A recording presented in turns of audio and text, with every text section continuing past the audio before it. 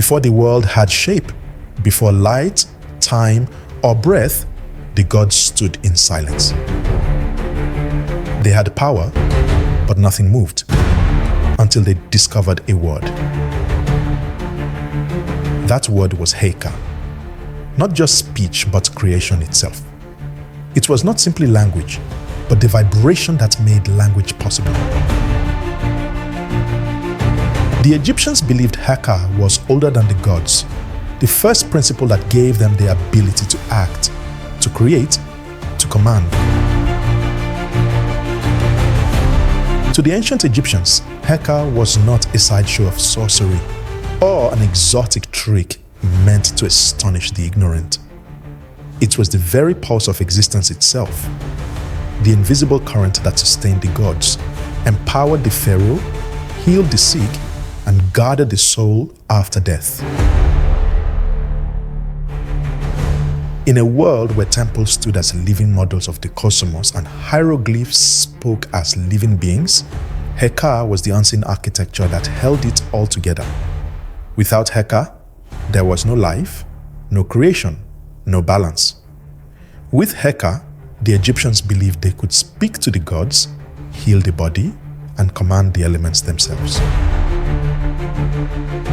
To define Heka is to step outside the modern imagination of magic. For us today, magic often means illusion, sleight of hand, or superstition. But for the Egyptians, Heka was not illusion. It was law. It was not deception. It was power. Heka was the first energy, older even than the gods themselves, the eternal force that allowed creation to emerge from chaos. Every ritual, every incantation, every gesture performed in Egypt's sacred spaces was believed to be effective because it channeled Heka. It was not about manipulating reality in secret ways, but working with the very building blocks of reality itself.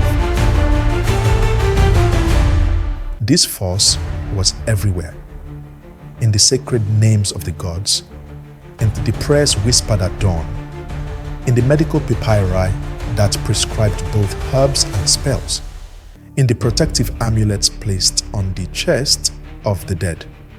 The Egyptians did not divide the world into physical and spiritual the way we often do today. For them, all life was infused with Heka. To farm the land was to align with Heka. To govern the people was to wield Heka. To speak a true word was to release Heka. And so we must ask, how did the Egyptians use Heka to sustain their world? How did this primordial energy shape their temples, their medicine, their afterlife, and their daily lives? How did a civilization stretching across thousands of years continue to believe not in chance or chaos, but in a universal force that could be summoned, shaped, and directed? The pyramids still stand as monuments of stone, but behind them lies this deeper mystery, that their true foundation was not limestone and granite, but Heka, the power that gave order to the cosmos and allowed human beings to participate in the work of creation itself.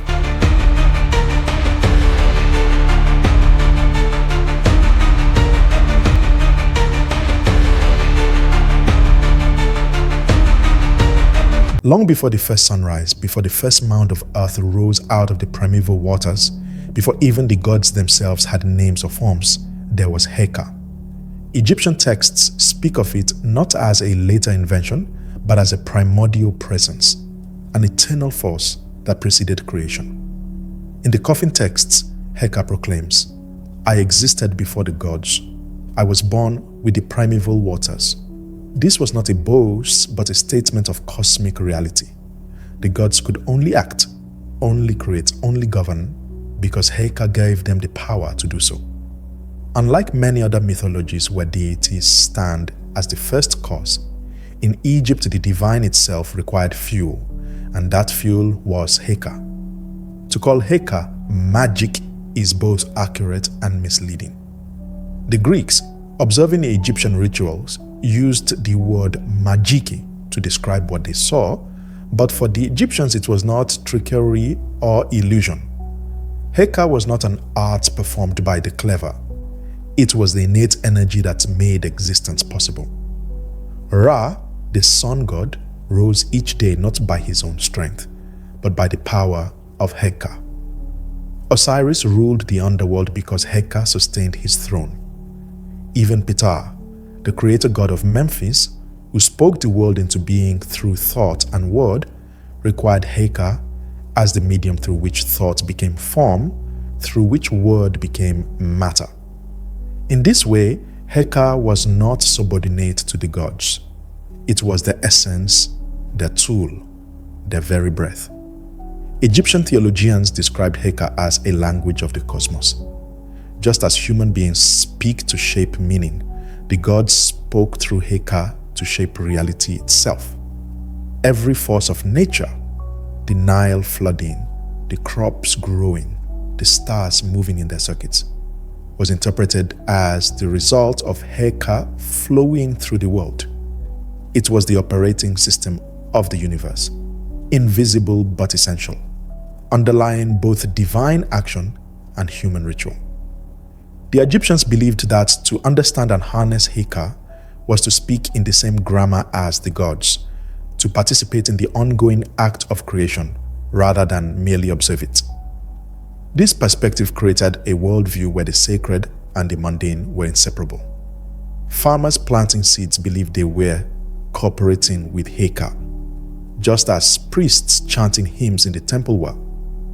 A physician mixing herbs was not only applying medical knowledge but channeling Heka into the remedy. A pharaoh sitting on his throne did not rule by mere political power, but by his command of Heka, which legitimized his sovereignty as part of the cosmic order. In every sphere of life, Heka was the current that made action effective. The depth of this belief is also evident in the way the Egyptians personified Heka as a deity. He appears in some texts as a god, depicted holding twin serpents, but even as a god he remained more fundamental than divine personality. Heka was not worshipped as an independent figure with a cult center or a mythology of his own. Instead, he was acknowledged as a presence older than meat itself, a principle that even the gods were bound to recognize. When Egyptians invoked Heka, they were not appealing to a deity among many. They were calling upon the foundation of existence itself. This understanding redefined power. Unlike modern conceptions of force as domination or control, Heka was generative. It was not about bending reality to one's will, but aligning oneself with the current that already sustains reality. The Egyptians knew that the one who speaks in Heka does not impose order. They harmonize with the order that has always been there.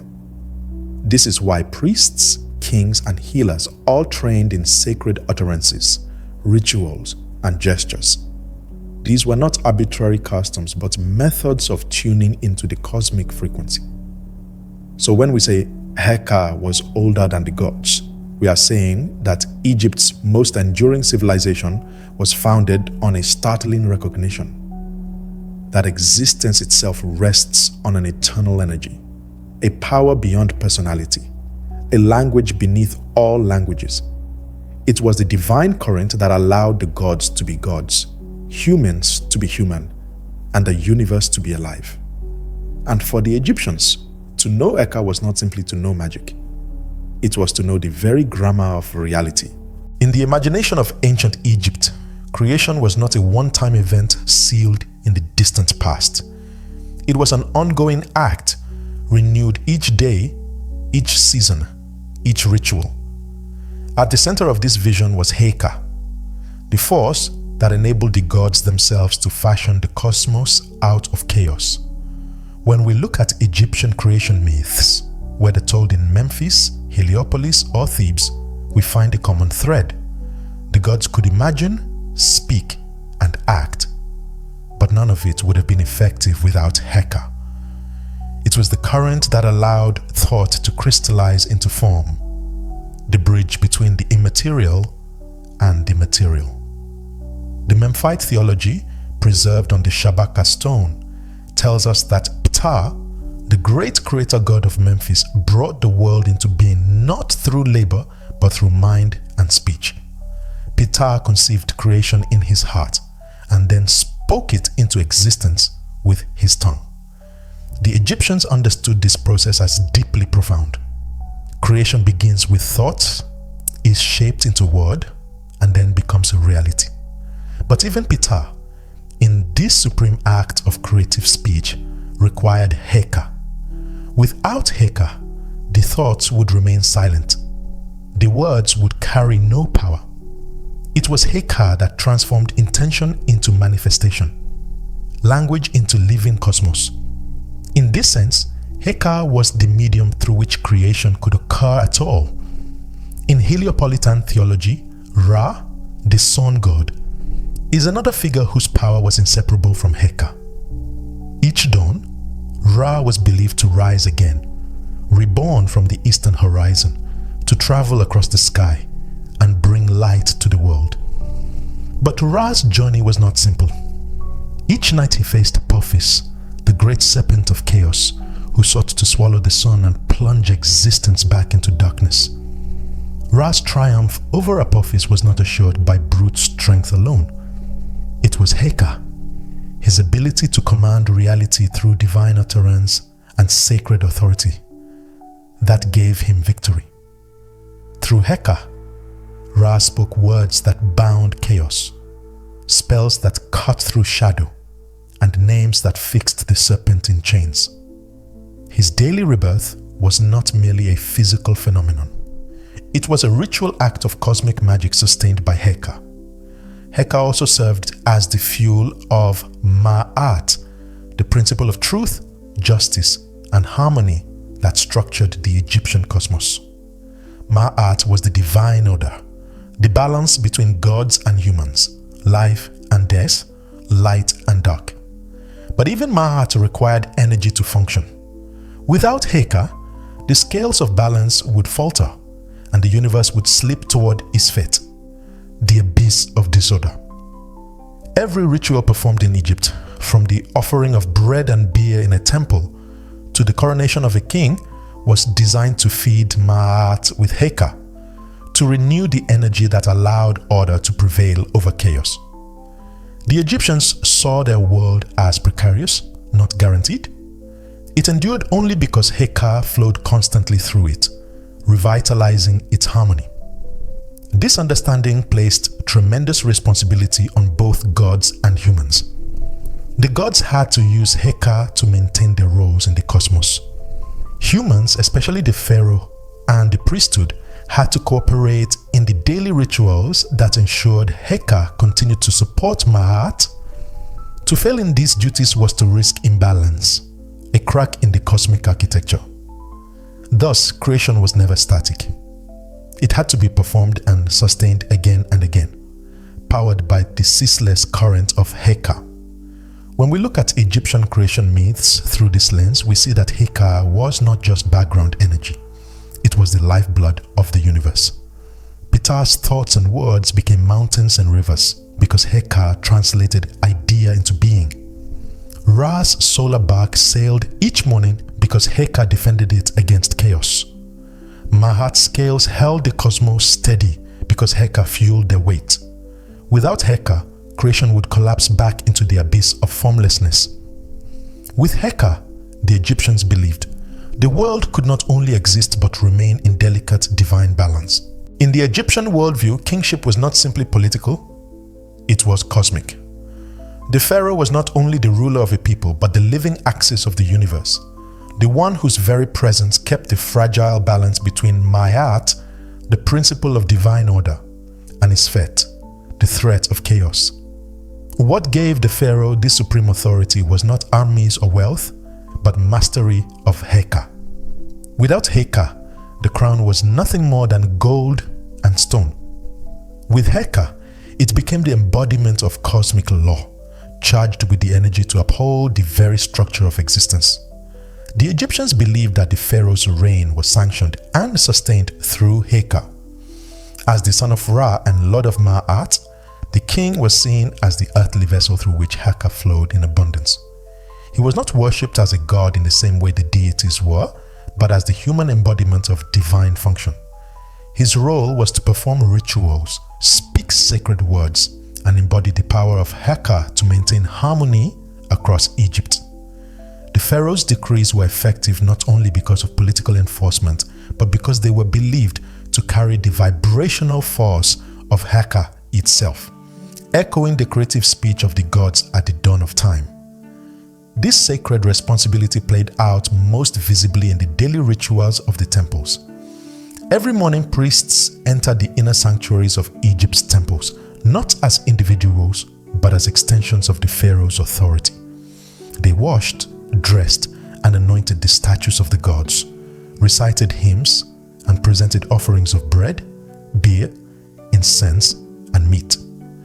These acts were not symbolic gestures of devotion. They were acts of maintenance. By performing these rituals, the priests were feeding Heka into the divine realm, ensuring the gods remained strong and benevolent, and that Ma'at continued to govern the world. Without these daily offerings, the gods could weaken, and the balance of existence could tip toward disorder. The language of ritual was equally essential. Egyptians believed that words carried Heka in their very sound. To recite a hymn, a spell, or an offering formula was to unleash energy into the world. Silence had no power. Speech, when uttered with ritual precision, created reality. This belief in the performative power of language is why priests memorized thousands of lines of liturgy and why hieroglyphs themselves were considered sacred. Each sign carried a living spark of Heka. The temples, inscribed from floor to ceiling with prayers and hymns, were not only places of worship but also vast repositories of power, their walls humming with the eternal energy of written Heka. Beyond daily rituals, protective spells were a crucial way the Egyptians used Heka to shield their land and people from Isfet, the ever-present threat of chaos. Texts carved on temple walls and written on papyri were filled with incantations against enemies, demons, and the serpent Apophis, who sought to devour the sun, god Ra, each night. During special ceremonies, priests would create wax figures of Egypt's enemies, inscribe them with names, and then ritually destroy them. This was not symbolic aggression, but a direct application of Heka. By destroying the image, they weakened the reality. In this way, Egypt defended itself not only with armies but with spells. Even the boundaries of the kingdom were charged with Heka. Magical stelae were placed in the desert to repel wild animals and hostile forces. Amulets inscribed with protective formulas were worn by both rulers and common people alike, ensuring that Heka extended beyond temples into daily life. Every layer of Egyptian society was enveloped in this belief that order was sustained not by chance but by ritual action charged with Heka. In the end, Pharaoh's role was clear: to be the ultimate master of Heka, the one who ensured that the cosmos remained stable, that gods and humans were nourished, and that chaos was kept at bay. His kingship was not political theater but sacred science. The pyramids, temples, and rituals that defined Egypt's grandeur were not monuments to human ambition, but to the belief that through Heka, the universe itself could be aligned, renewed, and safeguarded. Without Heka, the throne was powerless. With Heka, the pharaoh ruled not just Egypt, but the order of the cosmos itself. For the ancient Egyptians, healing the body was never separate from healing the spirit. Illness was not seen as a random affliction or a purely physical breakdown, but as a disruption of harmony, a tear in the fabric of Ma'at, the cosmic balance that held the world together. And just as cosmic order was sustained through Heka, so too was health. Egyptian doctors were not simply men of science, they were priest-physicians who worked with both herbs and Heka, treating the body while simultaneously addressing the spiritual forces behind sickness. In their view, there could be no complete cure unless both the physical and spiritual dimensions were restored. The evidence of this integrated approach survives in Egypt's medical papyri, some of the oldest medical texts in the world. The Ebers Papyrus, dating to around 1550 BC, is a vast compendium of remedies that includes recipes for herbal medicines alongside incantations and spells. A typical entry might prescribe a poultice of honey, figs, and herbs for an infection, immediately followed by a spoken charm intended to drive away the spiritual cause of the disease. The physicians did not see this combination as contradictory. The herbs worked on the physical body, while the words worked on the unseen forces believed to have triggered the illness. For the Egyptians, the cure was incomplete without both. This dual approach reveals how deeply Heka was woven into the practice of medicine. The spoken spells in the papyri were not optional embellishments. They were the vital keys that activated the remedy, charging it with power. Without the words, the herbs were considered inert. But when combined with the proper recitations, the medicine was infused with Heka, enabling it to penetrate the disorder and restore harmony. Healing in this sense was not merely biological repair, but energetic realignment. Egyptian physicians also recognized that disease could be linked to supernatural causes, malevolent spirits, curses, or the anger of neglected ancestors. In such cases, herbs alone were useless. The physician would employ Heka in the form of protective amulets, ritual fumigations, or direct invocation of divine powers. Gods like Sekhmet, the lioness goddess of plague and healing, were often called upon through Heka to intervene in moments of crisis. By invoking divine authority, the physician could neutralize the spiritual cause of the illness, thereby clearing the way for the body to recover. The role of the healer was therefore both scientific and sacred. They were not only trained in anatomy and plant lore, but also initiated into the mysteries of sacred speech and ritual. Their work illustrates how seamlessly the Egyptians blended what we now separate into medicine and spirituality. Where modern science often demands a division between body and soul, the Egyptians recognized that true healing required both dimensions to be addressed at once. Even preventive care was infused with Heka. Amulets inscribed with protective spells were worn to ward off disease, especially by children and pregnant women. Households performed rituals of purification to cleanse their living spaces, believing that impurity could invite illness. These practices were not seen as superstition, but as practical applications of Heka to maintain well-being. For the Egyptians, health was not a default state, but something actively sustained through constant alignment with cosmic energy. The law of harmony was clear. Just as the Pharaoh used Heka to keep the cosmos in balance, so too did the physician use Heka to restore the balance within the human body. Illness was chaos manifesting in the flesh, and healing was the reintroduction of order. To heal with herbs was to work with matter. To heal with Heka was to work with spirit. Together, they offered a complete system of care that treated both the symptom and its root. In this way, Heka was not a mystical add-on to medicine, but its very foundation. It was the unseen ingredient in every remedy, the current behind every cure. And it demonstrates once again that for the Egyptians, magic was not separate from life, but its essence, the universal force that flowed through temples, thrones, and even the physician's hands. Without Heka, healing was incomplete. With it, the body, spirit, and cosmos were made whole again. For the ancient Egyptians, death was not an end but a crossing, a perilous journey into the duat, the underworld, where the soul would be tested, weighed, and transformed before entering eternity. Yet this journey was treacherous, filled with gates guarded by terrifying deities, rivers of fire, serpents, and demons who sought to devour or mislead the unprepared traveler. No soul could survive this landscape unaided. What made the difference between annihilation and eternal life was Heka. Just as it sustained creation and upheld kingship, Heka was the lifeline of the afterlife, the force that empowered the dead to overcome obstacles, transform into divine beings, and take their place among the gods. The pyramid texts inscribed on the walls of royal tombs during the Old Kingdom are among the earliest expressions of this belief. These spells were not poetry or myth for entertainment. They were functional tools carefully designed to activate Heka on behalf of the deceased king. Each utterance carried power to open gates, to summon divine help, to repel danger.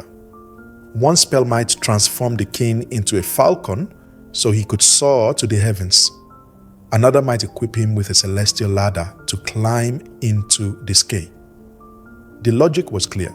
Words spoken with ritual precision carried Heka, and Heka reshaped reality. For the Egyptians, the king did not enter the afterlife defenseless. He entered armed with a library of spoken power. Over time, this privilege extended beyond kings. The coffin texts of the Middle Kingdom spread the technology of Heka to nobles and commoners. Inscribed on coffins and papyri, these spells gave ordinary Egyptians access to the same protection once reserved for royalty. By the New Kingdom, the famous Book of the Dead, known to the Egyptians as the Book of Coming Forth by Day, provided a full manual of survival codes. These were not books to be read silently, but collections of Heka-infused spells to be spoken aloud in the duat. They taught the soul how to name the guardians of gates, how to transform into sacred animals, how to breathe air when the underworld threatened suffocation. Most importantly, they gave the soul the words to face Osiris and the weighing of the heart ceremony. The weighing of the heart was the ultimate test.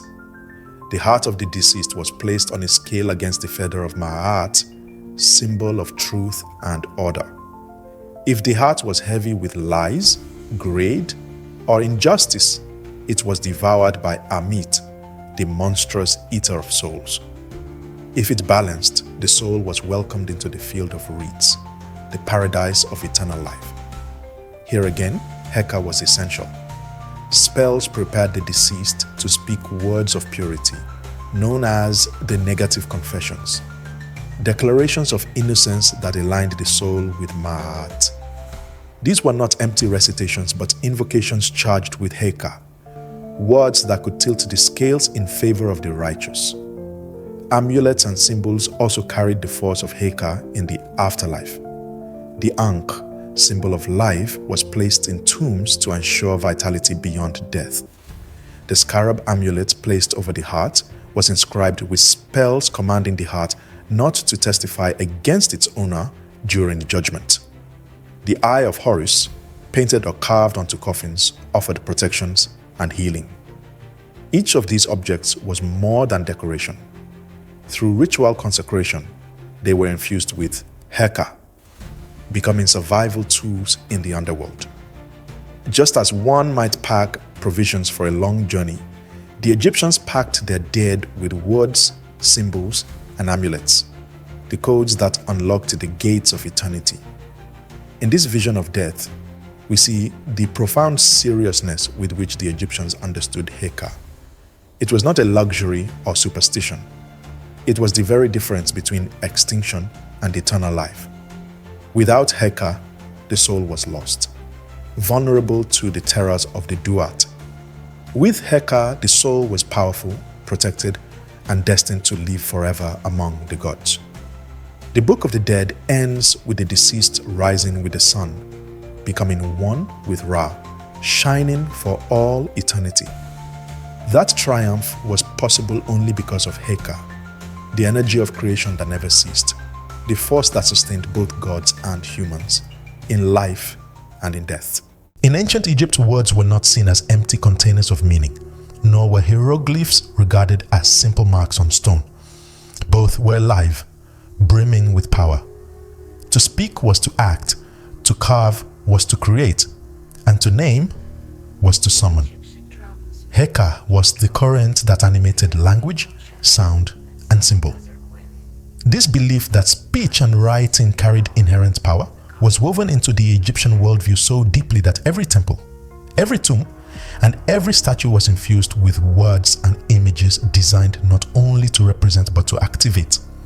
The Egyptians distinguished between ordinary speech and words that carried divine authority. Hu was the term for the creative utterance, the spoken word as an instrument of creation. It was not everyday talk, but speech that resonated with the very energy that Ptah had used at the dawn of time when he thought and spoke the world into existence. To invoke Hu was to channel that primordial act of creation again. Alongside Hu was Sia, the faculty of perception, understanding, and insight.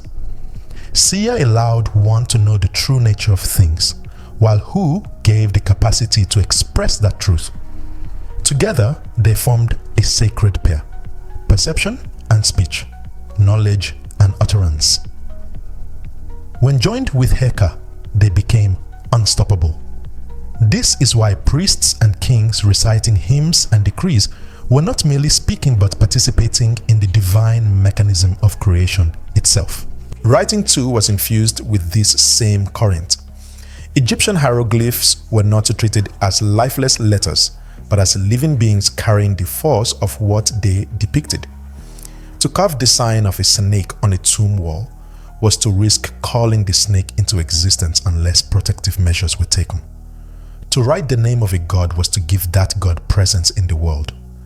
Hieroglyphs were themselves embodiments of Heka, capturing and holding energy in visual form. For this reason, scribes were not simply administrators of knowledge. They were initiates of a sacred science, wielding pens and chisels as instruments of cosmic alignment.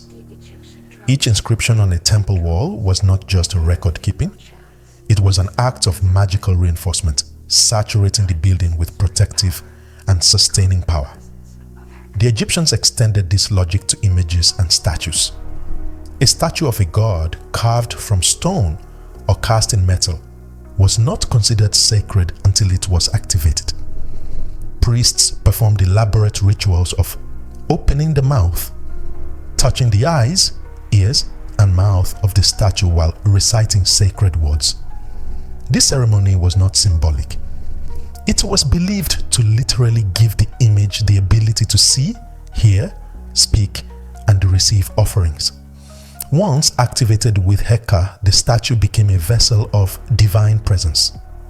Offerings made before it were not simply placed before stone, but before the living energy of the god, made manifest through the ritual act. This understanding extended even to tomb art and funerary inscriptions. Scenes of food offerings painted on the walls of a tomb were not decorations. They were inexhaustible supplies for the soul in the afterlife, activated by the Heka infused in the imagery and words. The written spells surrounding the deceased were not mere instructions, but living protections, able to ward off danger and open pathways through the duat. A name inscribed on stone was believed to preserve a soul's memory and ensure its continued existence. To erase a name was to condemn a spirit to oblivion, a fate worse than death itself. Everywhere we look in Egyptian culture, speech, writing, and imagery are treated as extensions of Heka. To speak was to move energy. To write was to fix power in place. To carve or paint was to create a living symbol that could nourish, protect, or destroy. This is why temples were covered from floor to ceiling in hieroglyphs, hymns, and sacred images. They were not museums, but reservoirs of Heka, their walls humming with vibrational energy. The priests who walked among them were not caretakers of architecture, but custodians of a living, breathing cosmic machine. The Egyptians understood something profound. Language is not neutral. It shapes reality. Sound, symbol, and story are the architecture of existence. And through Heka, they made sure their words did not vanish into the air, but entered eternity, sustaining gods, kings, and souls alike. In this way, The Egyptian civilization was built not only on stone and labor, but on an unshakable faith in the living power of words. Their speech was spell, their writing was ritual, their art was invocation, and all of it flowed with Heka.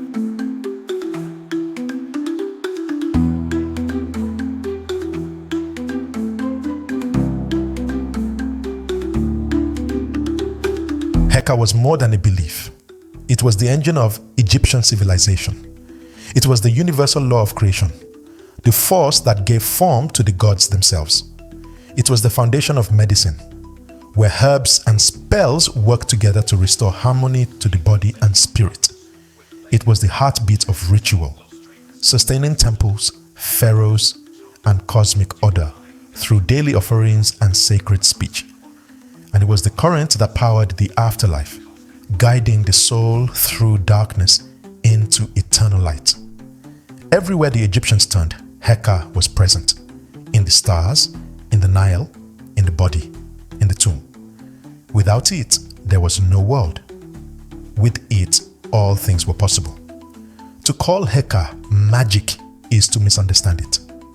For the Egyptians, there was nothing illusory or superstitious about it. Heka was not trickery, it was truth. It was not an escape from reality, but the very substance of reality itself. As one ancient text declares, the gods live by Heka. Even divinity depended on it. The Egyptians did not believe in magic. They believed in power, the kind of power that flowed invisibly through all things, the kind of power that could be summoned with word, symbol, and intention. And so, the question falls to us, what do we do with this memory? If the Egyptians were right, then the world we live in is still shaped by Heka. Words still matter. Names still vibrate. Symbols still hold power. Every intention you set, every truth you speak, every rhythm you align with carries force. The ancients remind us that the universe is not indifferent, it responds.